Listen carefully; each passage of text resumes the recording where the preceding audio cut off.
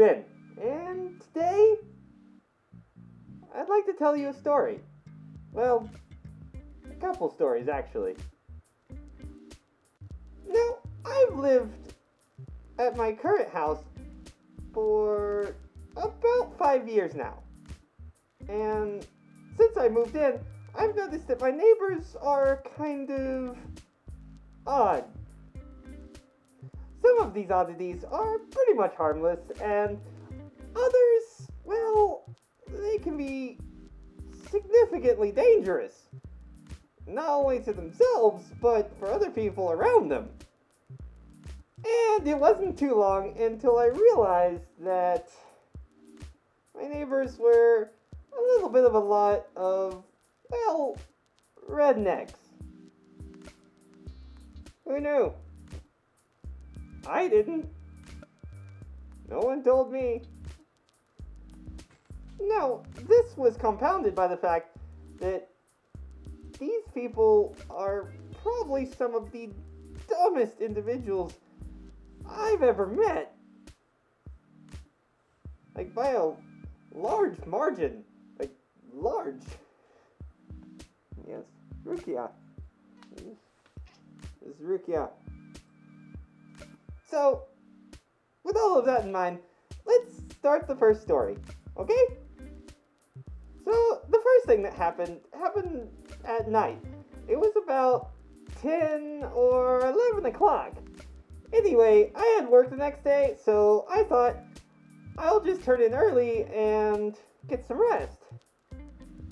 That wasn't gonna happen.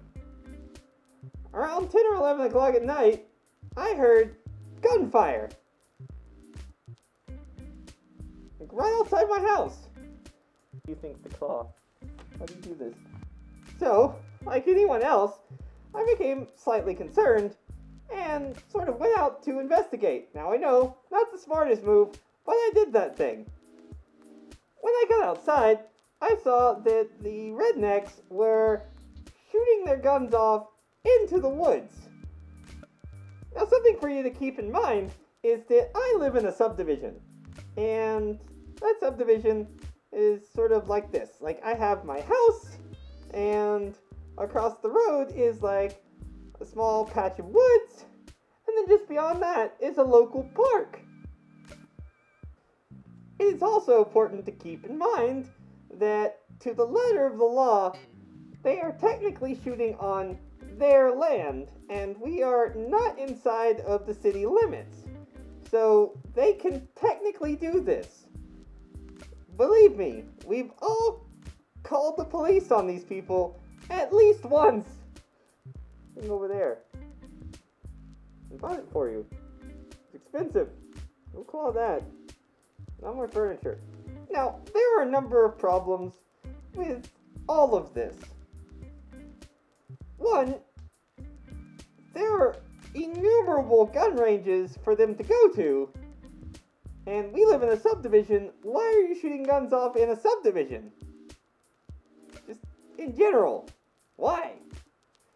Number two is that, aforementioned how my house is set up, there is that slight problem of when they were shooting towards the park at night. So, like a responsible person, I went over to talk to them and say, hey, maybe you shouldn't shoot towards the park at night.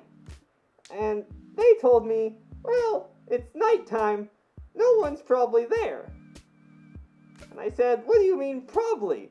Also, keep in mind, no kid ever has snuck out or been allowed out at night and decided to visit a park. That's never happened, right? When I persisted to say, this isn't a really good idea, I was sort of brushed off with a, it's just good old redneck fun. What? So, I have one more story to share with you concerning the same neighbors. Another thing they did. So, my oh so clever neighbors decided, apparently, to park an entire trailer in front of my house. Now, them being rednecks, I just figured their son's moving out, you know? Right? One night, after coming home from the gym, I noticed that they were dismantling that very same trailer. So I thought, well, good, at least it's not a permanent residence, or something like that. It turns out that the dad was actually salvaging parts of the trailer.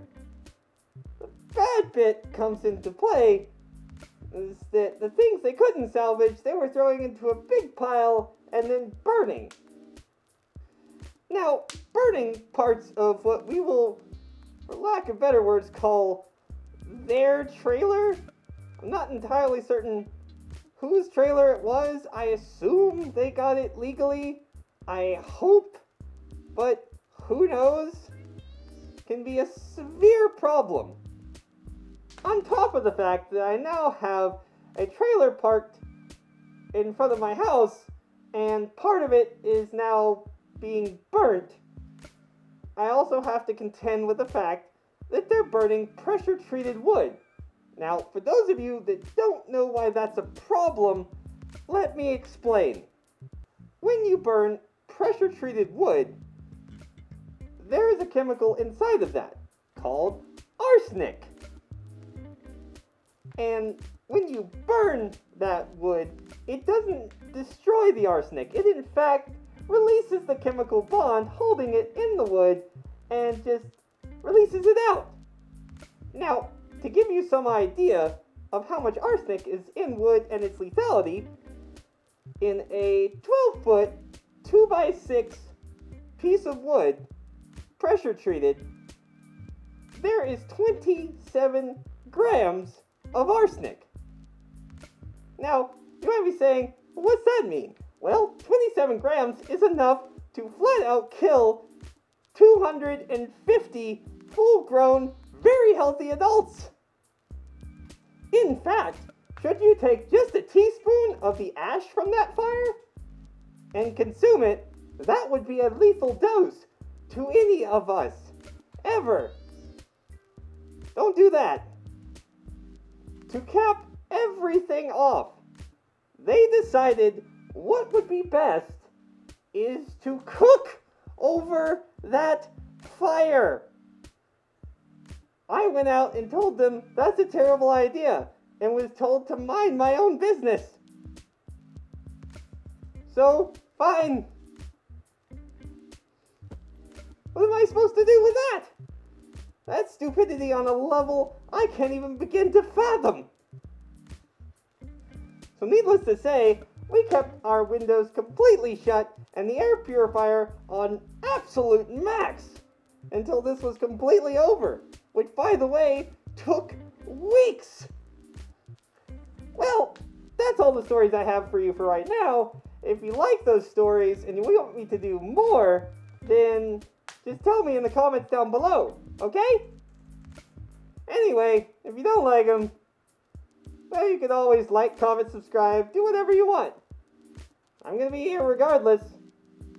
Now, like always, I have some words to leave you with.